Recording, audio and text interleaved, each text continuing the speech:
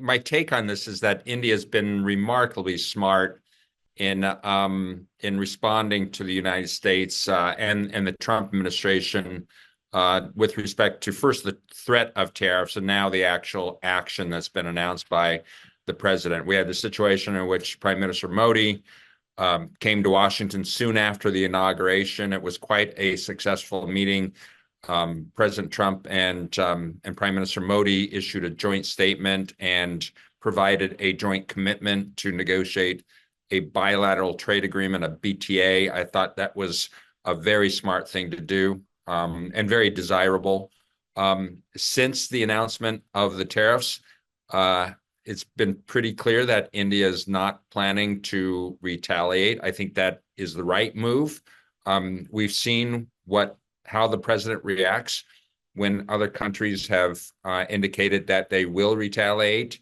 He then retaliates with more. And it just spirals downward in that situation. So I think it was the right move for India to not retaliate. And finally, the Indian government's response was quite neutral, and I know there's a political cost to that. There's been some criticism of that in India, but it has set the stage well for the negotiations to come, and that's the point of this: is for the two sides to get together, to work hard, and ideally negotiate a deal on tariffs as quickly as possible. So I think it's been a smart, very diplomatic approach from the Indian government. Well, first of all, I distinguish between dairy and many other agricultural products. I mean, there are very clear sensitivities associated with dairy and production methods in the United States, and how those fit with certainly with Indian cultural sensitivities. So I think dairy is in kind of a unique situation. More broadly, I am confident that agricultural issues are going to be on the table for the negotiation. The two sides, the United States and India, have a long history in working on agricultural issues. They've had, in fact, successes on agricultural issues. Even during the Biden administration, we had a situation in which 7 WTO disputes had been resolved, and some of the outcomes related specifically to agriculture. And in fact, India has strong agricultural interests in the U.S. market. So, I think when the two sides actually get to the negotiating table and start laying out expectations, I'm quite confident that agriculture is going to be on the table. Now, what might be those outcomes obviously will depend on political sensitivities, and it being a win-win situation for both sides. So I don't think there will be any excluded sectors in this negotiation. Well, I mean, there's certainly hurdles. I mean, any trade negotiation is not easy. I spent a career negotiating for the United States on trade, and it was rarely easy. That's just the nature of trade and trade negotiations. My understanding is that, in fact, the negotiations are going to be phased in some respects. I mean, what the immediate priority is to see if the two sides can reach agreement on tariffs. If there's any outcome out there that can be negotiated in which India agrees to drop its tariffs and certain priority non-tariff barriers, and in response, the Trump administration will lift the new tariffs specifically for India. I mean, that is the number one priority. I think in parallel, there will be efforts on the broader bilateral trade agreement to conclude a first tranche. It's not to conclude all of the BTA by this fall, by later this year, is to conclude a first tranche of the BTA. I think the two sides have already had very constructive discussions about what could be in that first tranche, what chapters could be part of that. I would expect that issues that are, in fact, mutually beneficial, like trade facilitation, are likely to be in that first tranche of negotiations. Ideally, digital and intellectual property rights, or there's at least start of that kind of work. Technical barriers to trade, I could imagine being part of that first tranche. And then there's the comprehensive agreement, the broader BTA. I fully expect those negotiations to spill over into 2026, perhaps even into 2027. It's being called a bilateral trade agreement. It's not being described as a free trade agreement, but in many respects, I think it could be nearly as comprehensive as an FTA. I mean, it's a hard question to answer. I mean, what's clear certainly to me and to many observers of the Trump administration and the first Trump administration, when I was at the U.S. Trade Representative's office, and observers around the world, President Trump likes tariffs. I mean, he's been obsessed with tariffs, even going back before his first term. So, it really came as no surprise that there is early action on tariffs. I mean, what was surprising is the scope and depth of these new tariffs, that they are universal. I mean, there are essentially no exclusions among trading partners. I mean, there's the unique situation of Mexico and Canada, which have already been hit by tariffs, but that there are now universal tariffs applying to everyone. And on top of that, reciprocal tariffs hitting many targeted countries. So that, I think, was the surprising thing.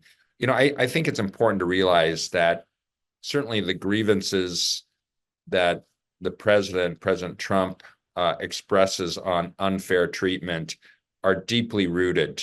Again, going back long before his first administration, we had a situation in the World Trade Organization in which there were efforts over many years in the last round of negotiations, the Doha round, to negotiate lower tariffs among many countries, and a lack of success in those negotiations. And as a consequence, we've long had this differential in tariffs that many countries are authorized to apply by the WTO versus the very low tariffs in the United States. And that has generated these grievances that that have resulted in President Trump's tariffs. Rightly or wrongly, again, these are deeply rooted grievances, that there's been unfair behavior on tariffs globally for many years. Well, I think the consequences are global, and we've already seen that in the first few days since the announcements. Markets are tanking globally, in the United States, in other countries, and there is a real risk of recessionary pressures globally.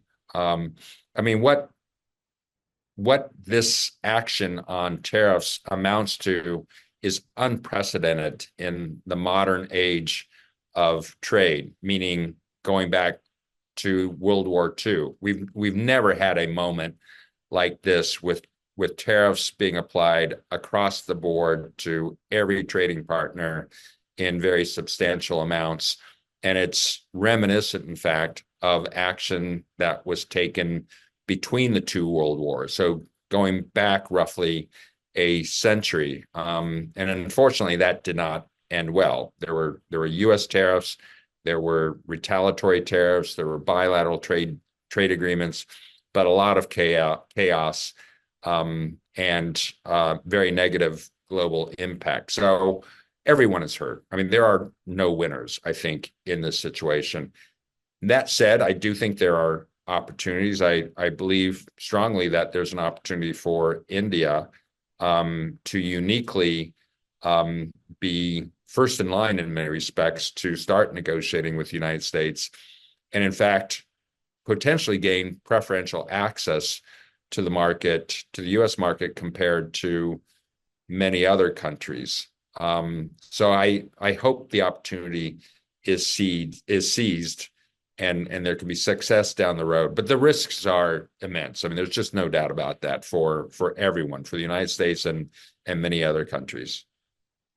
Well, in fact, there have been no multilateral trade deals for many years. I mean, the WTO has not produced for a very long time. In fact, much of my career was focused on Geneva and multilateral trade negotiations. Much of my experience negotiating with India was specifically in the WTO, and the WTO has been in decline for a very long time. I mean, the last round of comprehensive trade negotiations, the Doha round, collapsed. I mean, effectively collapsed in 2010. They limped along for some years after that. There were one or two agreements that were reached, which essentially meant the death of the Doha round. That was the trade facilitation agreement. That was agreed. There was an agreement on export competition in agriculture, but the comprehensive negotiations were essentially abandoned in that moment. The so-called single undertaking was abandoned in that moment. And the WTO is simply not relevant to the current situation. It pains me to say that because so much of my career was working on multilateral trade and seeking agreements through negotiations, but it's just simply not relevant to the situations we have now. Well, I mean, as I just noted, I think the WTO has been in decline for many years. I mean, this isn't simply a phenomenon of a Trump administration. This goes back well before 2016, when the Trump administration first came into office. We had the failure of the Doha round. That was a huge hit for the WTO. It's had other hits over time. Essentially the dispute settlement becoming non-operational because of action by the United States. The failure of countries like India being willing to agree to significant reductions in tariffs. So in fact, negotiation of free trade agreements among many countries. I mean, this was a phenomenon that essentially started in the late 1990s. It really took off in the early 2000s.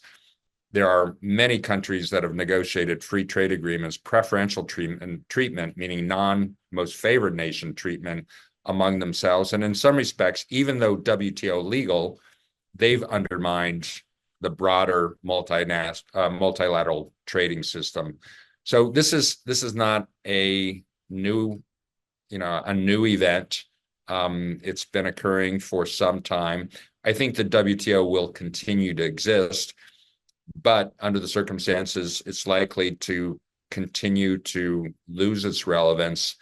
What I hope is not the case is that we find ourselves in trade wars and in tariff wars and a severe economic downturn in the world, and that is the impetus for creating a new system of multilateral trading rules. I don't think that's in anybody's interest for us to go downhill before we can go uphill again.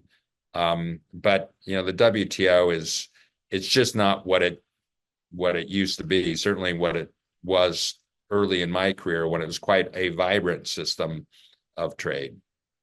Well, first of all, I think that perhaps the most significant factors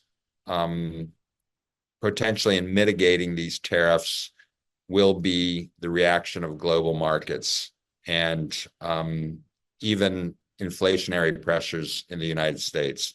If things get so bad economically, there ultimately could be some responses from the Trump administration to pull back. But before that happens, ideally it doesn't happen, but before that happens, I think it is important for trading partners to seek to negotiate with the United States to try to reach trade deals, to lower tariffs, which is beneficial because there are high tariff rates around the world. Um, you know, it may seem ironic to say this, but hopefully there can be opportunities gained from this circumstance, and more countries negotiating lowering of tariffs in response, reaching deals with the United States, that could lead to the United States also lowering those tariffs. I mean, that's in this situation, that's probably the ideal scenario. There are other scenarios that are really quite disturbing, and I hope we don't go down the path of new trade wars.